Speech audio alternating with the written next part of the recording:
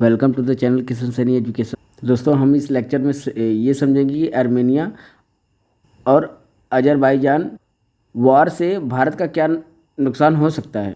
दोस्तों, आप सभी को पता होगा सेंट्रल एशिया में जो दो कंट्रीज़ हैं आर्मेनिया और अजरबैजान, दोनों के बीच में काफ़ी ज़्यादा टेंशन रहती है। और अभी रिसेंटली यहाँ पे जो युद्ध हुआ था वो युद्ध नगोर्नो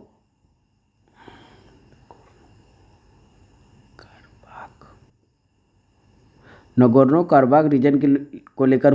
दोस्तों, ये जो आप रीजन देख रहे हो ये पूरी तरीके से अजरबैजान के अंदर में आता है, लेकिन यहाँ पर पहले नगोर्नो कराबाख में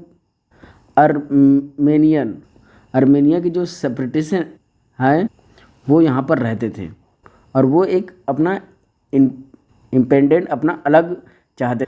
मतलब ये समझे कि अजरबैजान से ये अपना अलग देश चाहते थे और ये आर्मेनिया के साथ जुड़ना चाहते थे।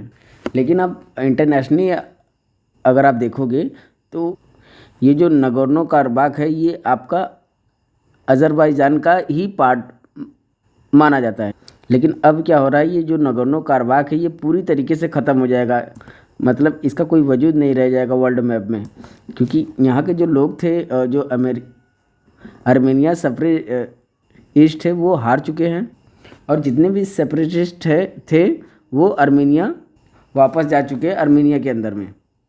दोस्तों, ये सारा का सारा मैटर समझने से पहले हमको बैकग्राउंड समझना होगा। यहाँ पे आप देख रहे हैं कि आर्मेनिया है और यहाँ पर अजरबैजान। लेकिन सबसे इम्पोर्टेंट जो आपको पता होना चाहिए वो है नगोर्नो कराबाख। यहाँ पे अगर आप देख रहे हैं तो आर्मेनिया के जो लैंड है और नगोर्नो कराबाख का जो लैंड है, जो जगह है, ये इसमें ज्वाइंट नहीं है। आप देखेंगे तो नगोर्नो कराबाख आर्मेनिया के अंदर है। ये जो गैप है ये इस गैप में लाचिन कॉरिडोर है। जो आर्मेनिया से जो भी सामान नगोर्नो कराबाख में जाता था, नगोर्नो कराबाख के जो भी सेपरेटिस्ट आते थे वो इसी कॉरिडोर के माध्यम से आते थे।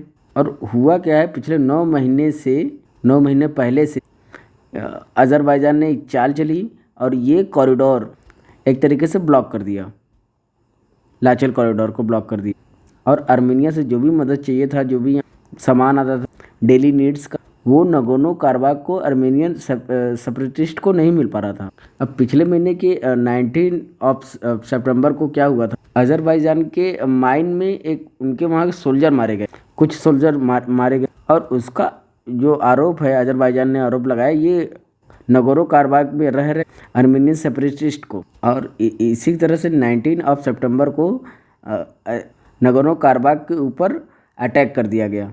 और इतना भारी अटैक किया था नगोर्नो कराबाख के ऊपर अजरबैजान ने इस पर्टिकुलर रीजन के अंदर में कि 24 घंटे के अंदर अंदर यहाँ के जो सेपरेटिस्ट हैं उन्होंने सरेंडर कर दिया और कहा कि अब हम यहाँ पर नहीं लड़ सकते। और इसी की वजह से ये फाइनली डील हुआ है कि नगोर्नो कराबाख का जो पूरा रीजन है ये आपका एग्जिस्ट ही नहीं करेगा। इसको यहाँ पर हटा दिया जाएगा वर्ल्ड के मैप से 1 जनवरी 2024 को। तो ये एग्जिस्ट नहीं करेगा आने वाले समय में। फिर इसके साथ क्या क्या हुआ कि आर्मेनियन सेपरेटिस्ट जो रहते थे, जो आर्मेनिया को सपोर्ट करते थे, तो उनका कहना था कि यहाँ जो भी इसका कोई वजूद नहीं रहेगा तो हमारा भी रहना यहाँ पर कोई फ़ायदा नहीं है। और इसीलिए ये लोग लाचिल कॉरिडोर से आर्मेनिया की तरफ सब लोग यहाँ से रवाना कर गए, आर्मेनिया की तरफ शिफ्ट हो गए। लगभग 1.2 लाख लोग रहते थे नगोर्नो कराबाख में, जो कि सपोर्ट करते थे आर्मेनिया को। वे सभी लोग यहाँ से आप देख सकते हैं ये पूरा मंज़र, ये लोग जाते हुए हैं ट्रकों में भर के, गाड़ियों में। और ये पहाड़ी इलाका है बेसिकली, ये आप देख सकते हो, ट्रकों में भर के और गाड़ियों में नगोर्नो कराबाख से आर्मेनिया के अंदर में एंटर कर। और ये भी देखना होगा कि आर्मेनिया कितना हद तक इनको सपोर्ट कर पाता है, क्योंकि इनकी बड़ी संख्या आर्मेनिया के अंदर में आई, 1 लाख से ज़्यादा लोग आए हैं। तो सभी को यहाँ पर फैसिलिटीज़ प्रोवाइड की जाएगी। क्या आर्मेनिया सब कुछ कर पाएगा? वो यहाँ पर देखने वाली बात होगी।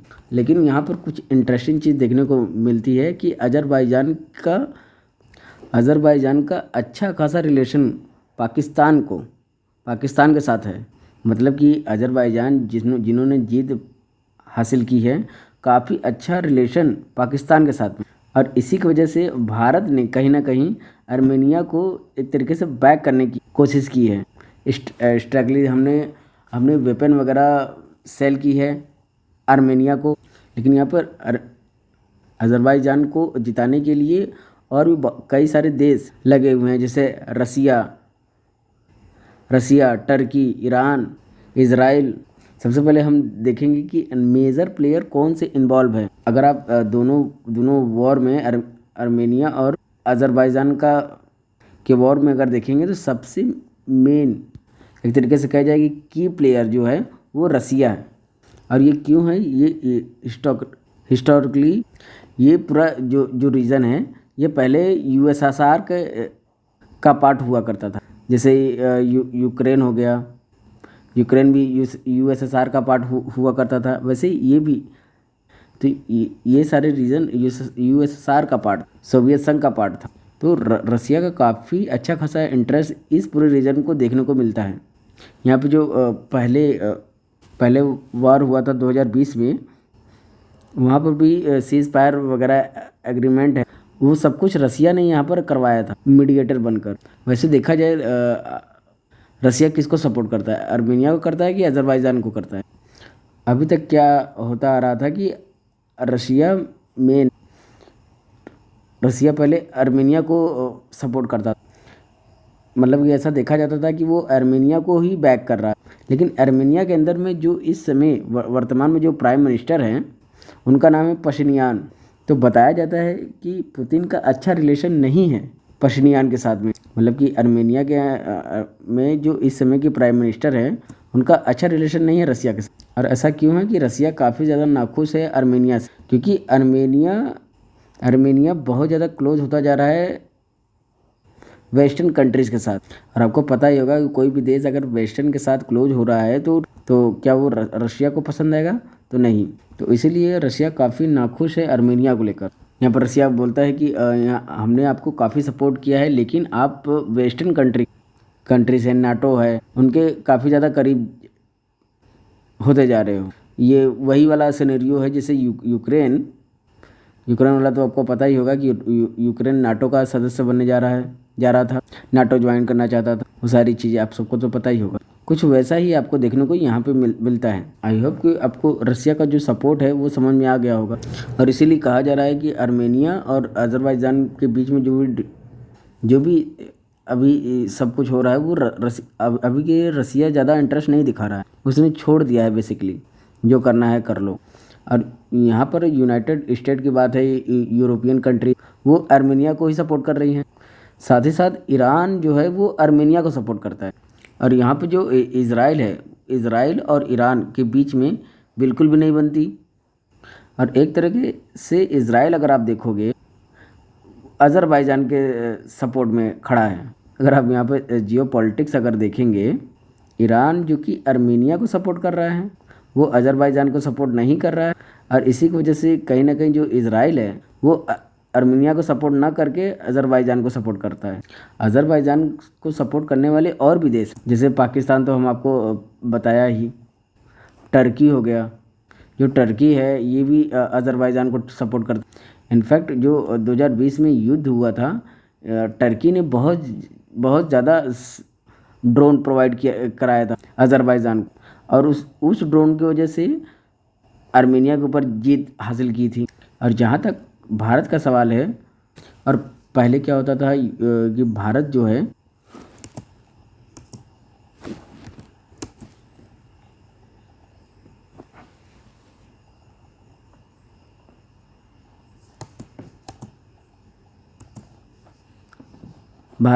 न्यूट्रल स्टैंड रखने की कोशिश करता था। लेकिन अभी प्रेजेंट में ये चीज़ें बदल गई हैं, क्योंकि अज़रबैजान, पाकिस्तान और टर्की ये तीनों के बीच में पार्टनरशिप बनी। इसकी वजह से कहीं ना कहीं भारत को मजबूर होकर आर्मीनिया को सपोर्ट करना पड़ रहा है, क्योंकि क्या हो रहा है कि अगर आप देखोगे जैसे पाकिस्तान हो गया, टर्की हो गया, आर्मेनिया सॉरी और अज़रबैजान हो गया, ये तीनों देश क्या करते हैं, भारत के कश्मीर के मुद्दों को लेकर बोलते हैं। वो कहते नहीं कि यहाँ पे जो वीक पॉइंट है कश्मीर का, उसको लेकर बार बार ये लोग भारत के खिलाफ आवाज़ करते, और इसी की वजह से देखेंगे तो भारत जो है वो आर्मेनिया के सपोर्ट में आता है।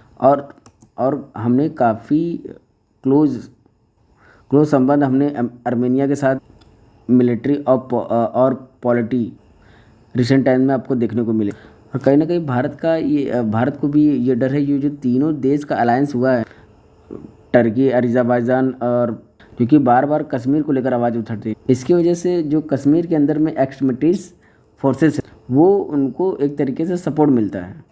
और कई लोगों का ये कहना है कि आर्मेनिया और अज़रबैजान के में जो विवाद, इससे डायरेक्टली तो भारत के ऊपर ऐसा कोई भी असर नहीं पड़ेगा, लेकिन जो मैंने बताया ये जो अलायंस है टर्की, अज़रबैजान और पाकिस्तान, उसकी वजह से कहीं ना कहीं इनडायरेक्टली भारत के लिए थोड़ा सा मुश्किल है एक तरीके से, क्योंकि भारत को डिफेंड करना पड़ता है इंटरनेशनल तरीके से, और फिर हमको अलग से इनको टैकल करना पड़ता है। और जहाँ तक आर्मेनिया के सपोर्ट की बात है, जैसे 2020 में जो स्वाति वेपन्स, ये आप देख सकते हैं, ये एक तरीके से रडार है बेसिकली, तो वो हमने यहाँ पर प्रोवाइड किया है under the deal of $40 million Armenia के साथ। ये क्या करता है, रडार बेसिकली आर्मेनिया के अंदर में कोई भी मिसाइल्स वगैरह आता है उसको एक तरीके से ट्रैक करने का काम करता है। और सिर्फ यही नहीं, यहाँ पर अभी रिसेंटली क्या हुआ कि गवर्नमेंट टू गवर्नमेंट जो डील होती है भारत और आर्मेनिया, मतलब कि यहाँ पे जो भारत का कैपिटल न्यू दिल्ली और आर्मेनिया का जो कैपिटल है यरमन, तो उनके बीच में यहाँ पर ये डील हुआ। Anti tank munitions, Pinaka multi barrel rocket, आपको पता होगा कि एक बड़ी डील यहाँ पर की गई थी, तो वो हमने आर्मेनिया को दिया। फिर उसके साथ साथ 250 मिलियन का डील हुआ था एम्यूनिशन, वो भी हुआ। उसके बाद अगर आप देखेंगे तो आर्मेनिया के अंदर आर्मेनिया ने भारत की एक प्राइवेट कंपनी के साथ एक और डील साइन किया 155 मिलियन